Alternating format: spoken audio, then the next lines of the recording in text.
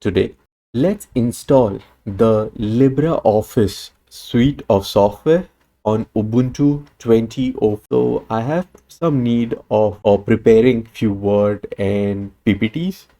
So for that, my preference is LibreOffice. So what I would do is basically go to their website and to the download section and select my Linux 64-bit DEB package and just hit download. Yeah, so as you can see, the download has started and it's going to take about 2 minutes to complete. So at this point, I'm just going to fast forward to the point where the download is actually completed. Now that the download is completed, what we can do is we can actually open it in the downloads folder and we can extract the files here.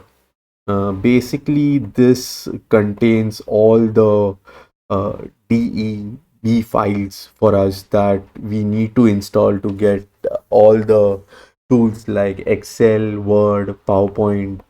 And basically, there is a README file here. So, what I would do is I would like reading this file just so that I can figure out what command to run on the directory so that I can just install all the software without any hassle. So it looks like for Debian or Ubuntu, if I get to that section, okay, installation of LibreOffice on Debian/Ubuntu Linux system.